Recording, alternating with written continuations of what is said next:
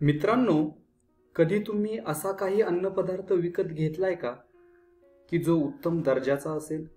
कदाचित तुमचे आवडते वेफर्स किंवा स्वयंपाकासाठी वापरले जाणारे मसाले, आणि तो विकत घेतल्यानंतर तुमच्या लक्षात आलं असेल, अरे हे तर अजिबात चांगल्या दर्जाचे नाहीये, यामध्ये काहीतरी वेगळंच आहे.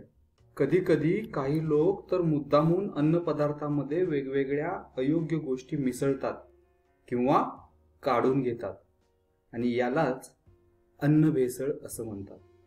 अशा गोष्टी मिसळल्यामुळे त्या पदार्थाची गुणवत्ता कमी होते. भेसळयुक्त अन्नामुळे सर्वांच्याच आरोग्याला धोका पोहोचतो. असे अन्न खाणे पूर्णपणे टाळलं पाहिजे. तर सर्वप्रथम अन्न भेसळ म्हणजे काय? तर पदार्थ चांगला टिकण्यासाठी किंवा जास्त दिवस टिकण्यासाठी किंवा परवडण्यासाठी काही जण जाणीवपूर्वक त्यामध्ये काही गोष्टी मिसळतात किंवा त्यातील काही गोष्टी काढून घेतात, आणि यालाच अन्न भेसळ असं म्हणतात. तर अन्न भेसळ म्हणजे नेमकं काय हे आपण एकदा व्यवस्थित पाहूया. ठीक आहे? तर अन्न पदार्थातील एखादा महत्त्वाचा घटक काढून टाकणे म्हणजे सुद्धा अन्न भेसळच होय. त्याचबरोबर कधी कधी कमी प्रतीचा स्वस्त किंवा एखादा अखाद्य पदार्थ मिसळणे म्हणजे सुद्धा अन्न भेसळच होय. तर कधी कधी पदार्थ आकर्षक दिसण्यासाठी त्यामध्ये अपायकारक असे रंग मिसळले जातात, ती म्हणजे सुद्धा त्या अन्न पदार्थाची भेसळच होय.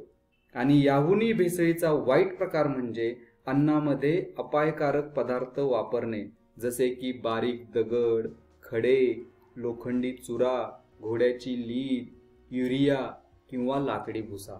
खूपच धक्कादायक प्रकार आहे ना हा, बरोबर? अशा भेसळींमुळे आपल्या आरोग्याला धोका पोहोचू शकतो. काही भेसळीच्या पदार्थांमुळे पोटाचे आजार किंवा विषबाधा देखील होऊ शकते. तर कधी कधी भेसळयुक्त अन्नपदार्थ दीर्घकाळ खाल्ल्याने शरीरातील अवयवांच्या कार्यावर विपरीत परिणाम होऊ शकतो.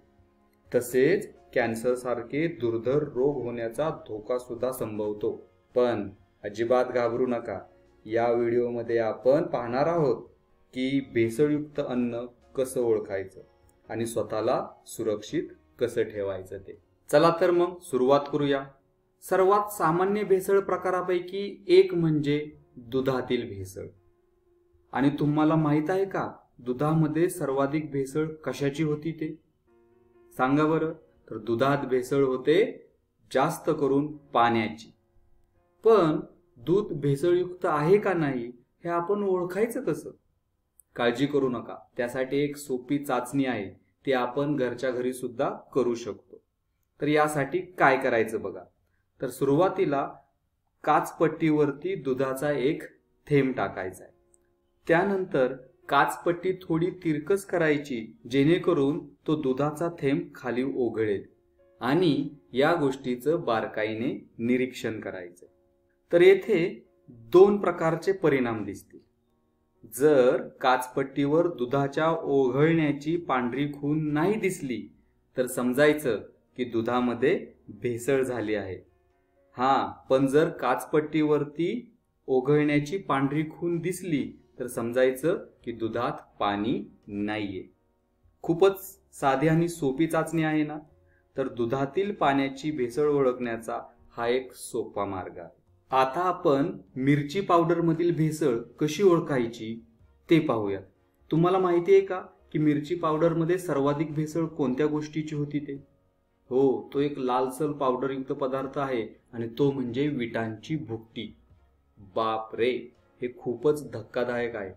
मिरची पावडर अधिक लाल दिसण्यासाठी, अधिक चमकदार दिसण्यासाठी आणि वजनाने जड भरण्यासाठी त्यामध्ये विटांची भुकटी मिसळली जाते. तर आपण मिरची पावडर भेसळयुक्त आहे की नाही हे कसं ओळखायचं? तर यासाठी सुद्धा एक सोपी चाचणी आहे. 1 चमचा मिरची पावडर चंचुपात्रात घ्यायची आहे, आणि त्यामध्ये अर्ध चंचुपात्र भरल एवढं पाणी घ्यायचं. हे जे द्रावण आहे ते ढवळून 5 मिनिटं स्थिर करण्यासाठी ठेवायचं, आणि याचं बारकाईने निरीक्षण करायचं. तर लक्षात घ्या, जर पाण्याच्या तळाशी लाल थराचा साठा जमा झाला असेल तर मिरची पावडरमध्ये विटांची भुकटी मिसळलेली आहे असं समजायचं.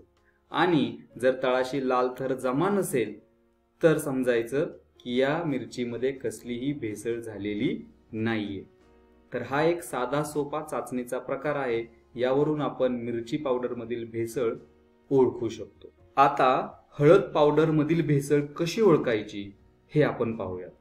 हळद पावडर मध्ये मेटॅनिल येलो नावाचा एक रासायनिक पदार्थ हळद अधिक पिवळी धमक दिसण्यासाठी मिसळला जातो.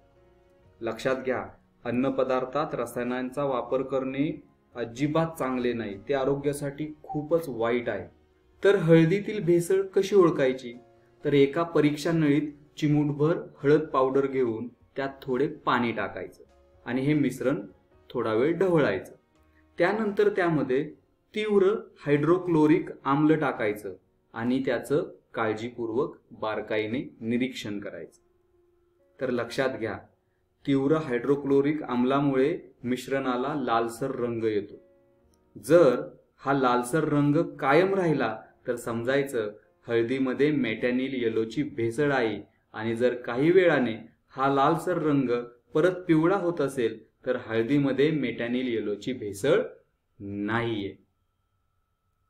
तर या छोट्याशा चाचणीवरून आपल्याला समजेल की हळद वापरण्यास योग्य आहे की नाही. तर आता आपण रवा यामध्ये असणाऱ्या भेसळीची माहिती घेऊ. तुम्हाला काय वाटतं, रव्यामध्ये कशाची भेसळ केली जात असेल? तर हो, रव्यामध्ये भेसळ करण्यासाठी वापरला जाणारा पदार्थ म्हणजे लोहकण. बापरे, आरोग्यासाठी किती अपायकारक आहे हे. तर रव्यातील लोहकण कसे ओळखायचे त्याची माहिती घेऊया. अतिशय सोपं आहे. काय करायचं तर बघा, एक चुंबक घ्यायचं आणि ते रव्यामधून फिरवायचं. जर चुंबकास लोहकिस चिकटले तर समजायचं की रव्यात लोहकिसाची भेसळ आहे. आणि जर चुंबकाला लोहकिस नाही चिकटले तर समजायचं रव्यामध्ये लोहकिसाची भेसळ नाहीये. तर अशा प्रकारे अन्न पदार्थातील भेसळ आपण साध्या चाचण्या करून ओळखू शकतो. ठीक आहे, इथेच थांबूयात. धन्यवाद.